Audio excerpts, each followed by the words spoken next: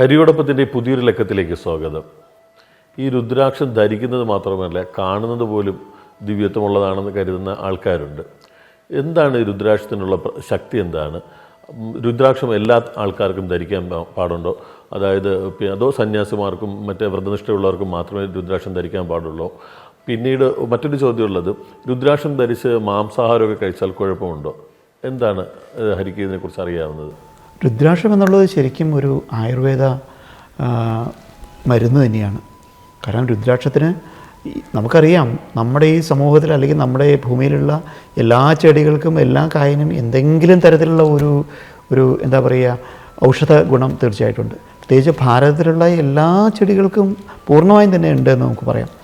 അതിൽ രുദ്രാക്ഷത്തിൽ ശരിക്കും ആയുർവേദ പ്രകാരം രുദ്രാക്ഷം ഉപയോഗിക്കുന്നത്, മരുന്നിന് ഉപയോഗിക്കുന്നത്, അതായത് നമ്മുടെ ഓർമ്മശക്തി വർദ്ധിക്കുക, നമ്മുടെ ചിന്ത വർദ്ധിപ്പിക്കുക, അല്ലെങ്കിൽ മാനസികമായിട്ട് നമുക്കുണ്ടാകുന്ന പ്രശ്നങ്ങൾക്കൊക്കെ ഒരു നല്ല ഔഷധമായിട്ട് ഇതിനെ കണക്കാക്കുന്നുണ്ട്.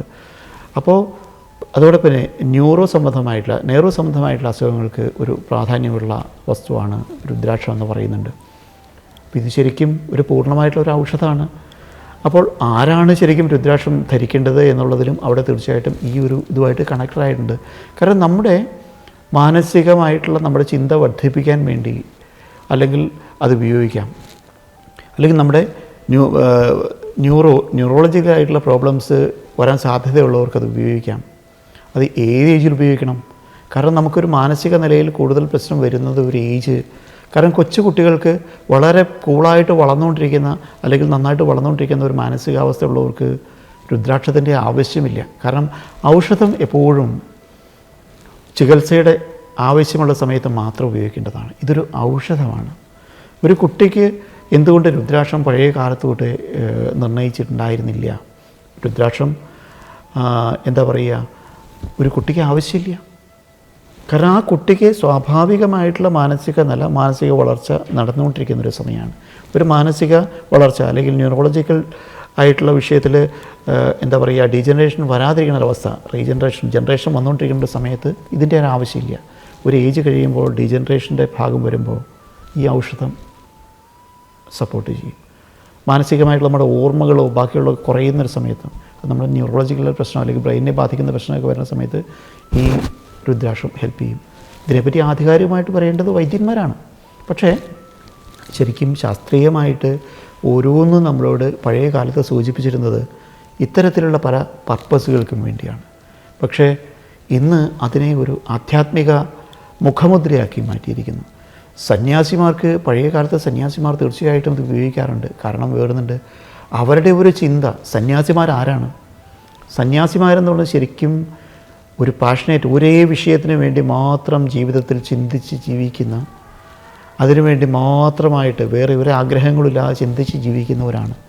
ഭൗതികമായിട്ടുള്ള ആഗ്രഹത്തിനപ്പുറേക്ക് പഴയകാല റിസർച്ചേഴ്സ് അല്ലെങ്കിൽ നമുക്കറിയാം ആയുർവേദമോ അല്ലെങ്കിൽ ശാസ്ത്രങ്ങളോ പഠിപ്പിച്ചിരുന്ന അതുമാത്രം റിസർച്ച് ചെയ്തിരുന്ന ആളുകളെല്ലാം സന്യാസിമാരായിരുന്നു. അവർക്ക് സ്വന്തം കുടുംബത്തെ പറ്റിയോ വേറെ ഒന്നിനെപ്പറ്റി ചിന്തയില്ല.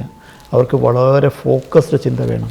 ഫോക്കസ്ഡ് ചിന്ത കിട്ടാൻ രുദ്രാക്ഷം കരുത്തെഴുതി കഴിയുമ്പോൾ നമ്മുടെ മനസ്സിന് ഏകാഗ്രത കൂടുതൽ വരും എന്നാണ് പറയുക.